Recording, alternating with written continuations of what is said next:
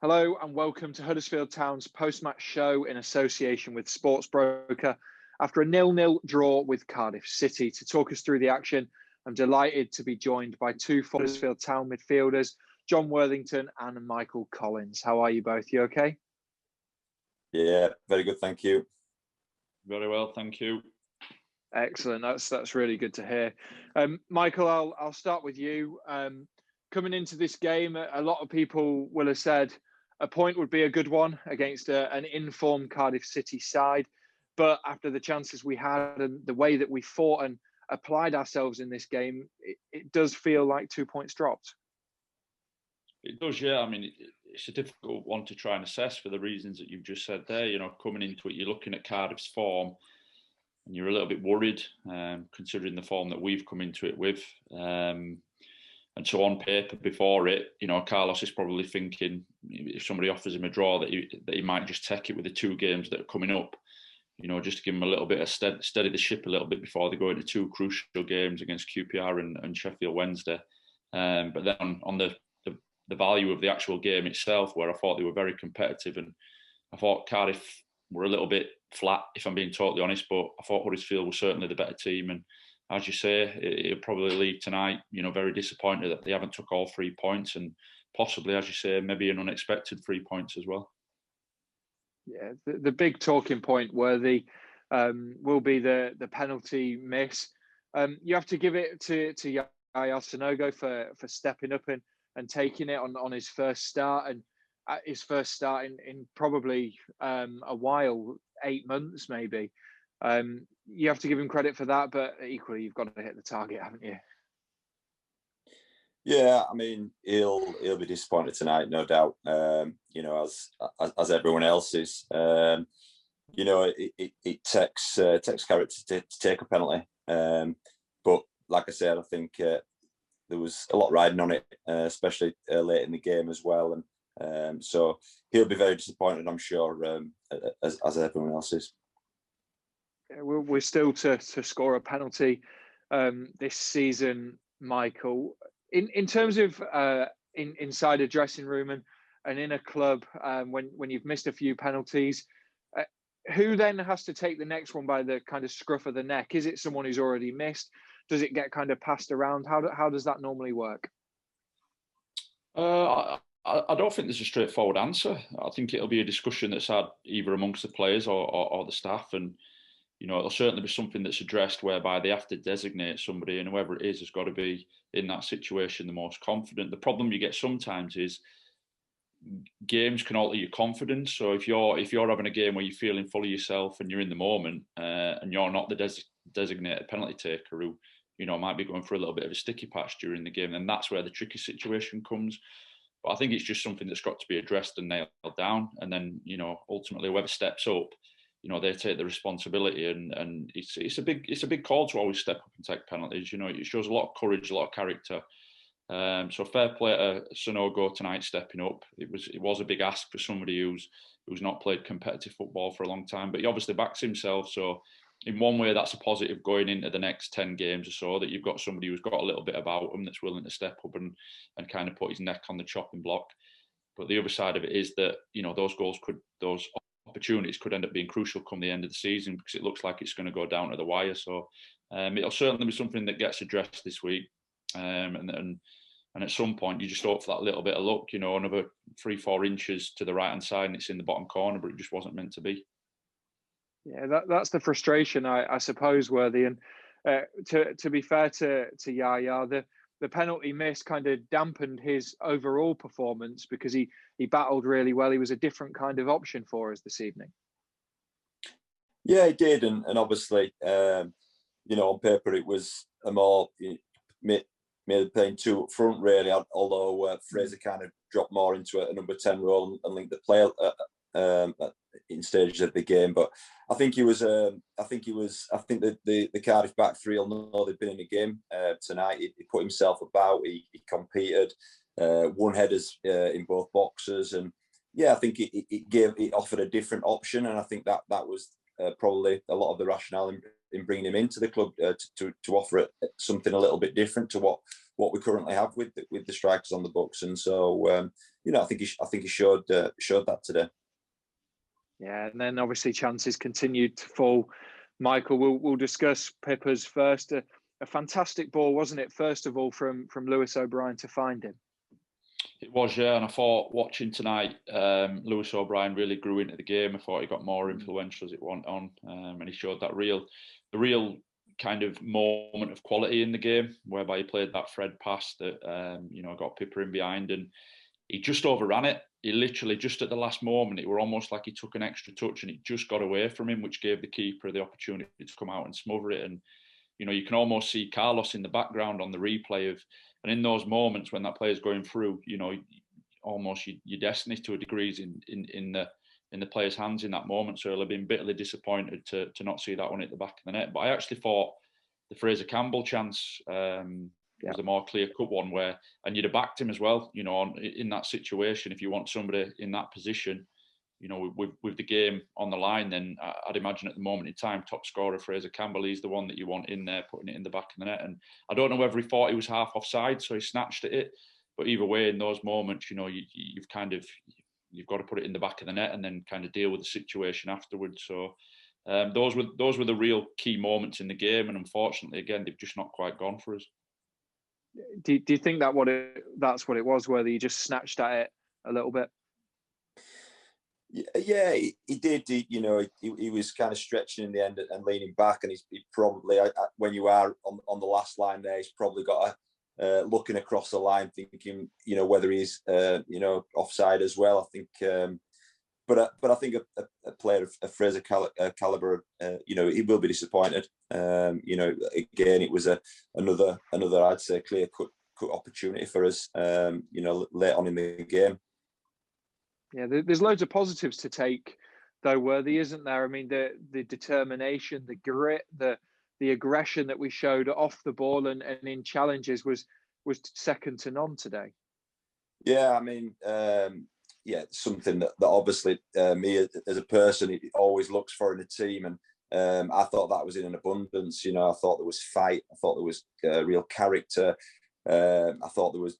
The way they defended the box, first contacts was fantastic, and I think that shows that there's a real togetherness and a spirit in there, and I think that alone, along with the clean sheet, should hopefully stand us in good stead for the next 10-11 games. Yeah, the back line were excellent, weren't they, Michael, in dealing with Kiefer Moore, who, to be fair, has been in red hot form coming into this game. But the second balls as well, the midfielders, Alex Vallejo in particular, did really well to mop those up. Yeah, and I think that's what you're going to expect from Cardiff. They're obviously, as we've said before, in a rich vein of form, and having watched Kiefer Moore quite closely on a fair number of occasions over the last few years, is an handful. There's no two ways about it, and you can't really prepare for him. You play against some strikers that are quite nimble, quite mobile, and you might set up to kind of negate that a little bit. But because he's such a presence and he's so physical and he's so big, he's always an outball. So you're going to have to deal with that. There's no other way. You're going to have to go with us, as Worthy says, with them one-to-one battles and win your first contacts. And I agree with you there that I think one of the deciding factors tonight as well was that Huddersfield seemed to pick up a lot of the second balls, which, as me and Worthy are well aware, that they're crucial in the midfield battle. You get a lot of kind of emphasis from managers to make sure you win your second balls. And that's your job as a midfielder, going both ways, to go and feed on knockdowns off strikers, and also, as you say, to sweep up anything that drops in that little pocket off strikers or off defenders, winning headers. And I thought they did it really well. I thought, on the face of it tonight, I thought it was a really competitive performance, which, as I say, you kind of look at it two ways. Given the fixtures that are coming up, is that really a case of 2 points dropped, considering how the nature of the game's gone? As I've said before, rolling into those next two games, it would have been a real big lift for everybody to take 3 points and then really charge into QPR and Sheffield Wednesday with that in the background. So it's going to be an interesting end to the season. There's no two ways about it.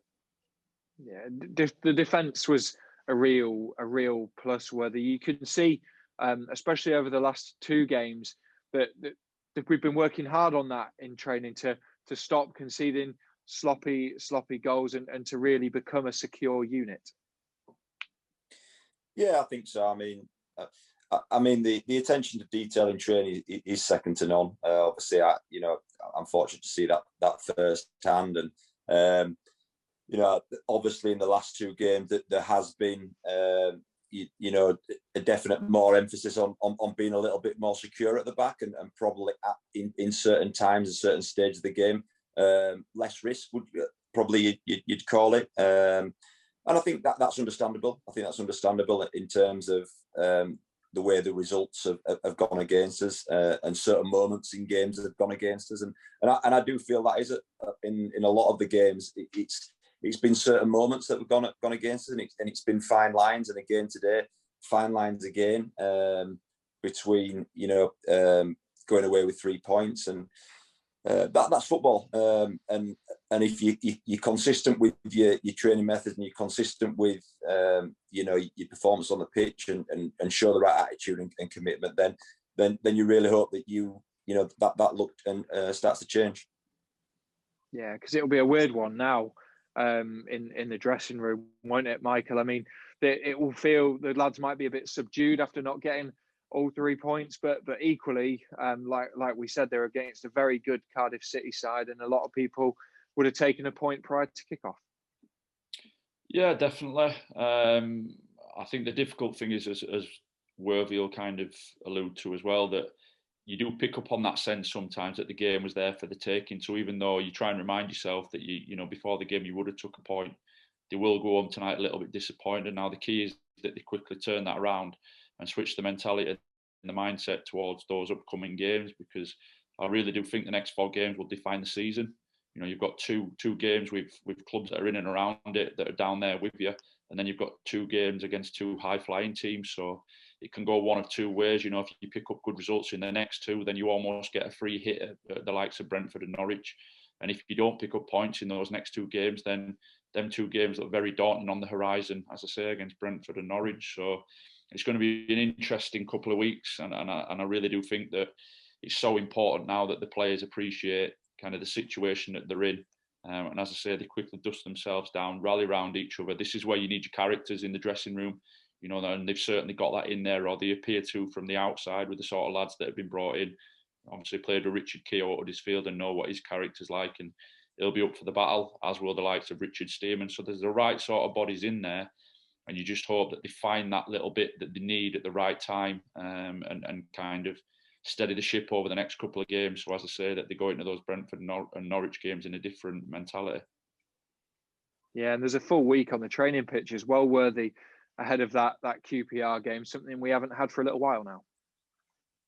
No, it's the Championship, the games come thick and fast, and it has been a tough period, and obviously injuries have throughout the squad have made it challenging at times as well. So I think it'll be good to have a full week's training, prepare right for the QPR game, and you never know the possibility of other players coming back and bolstering the squad, and that can only be a positive.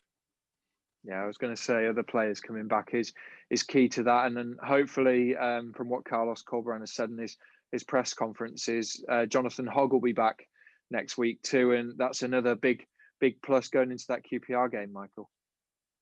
Yeah, again, just leaders, characters, players that have been around it. They've been there, done it, seen everything and know what to expect. So when people are maybe getting a little bit edgy and a little bit nervous at this stage of the season, those sort of players are crucial just to calm everybody down, and really show that influence on the pitch. So he's certainly a big miss when he doesn't play. I think that's quite evident, although I thought Vallejo does a good job when he fills in for him. But those sort of characters are vital. It was quite similar with Worthy when he was the captain. You knew when he weren't playing, and you need him. And as I said, that can be the difference sometimes. If you get him in the team fully fit, and Sanogo finds that little bit of form, which he looks like he might do with a run of games, then that might just be the difference. So as I say, it's a crucial time. It's set up nicely. I think the one thing that kind of is in everybody's favour, but in nobody's favour in a sense at the moment, is the fact that I don't think that home and away games kind of make any difference, because ultimately there's no fans there to really make that difference, because You know, Worthy will tell you sometimes when you went away from home, it was a little bit easier than playing at home because there's a little bit less expectation. So I think that's been nullified.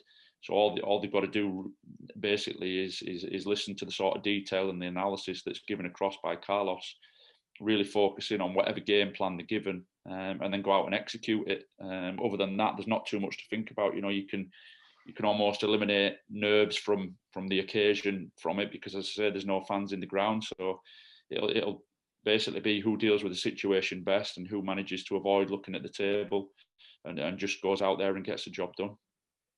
Yeah, absolutely.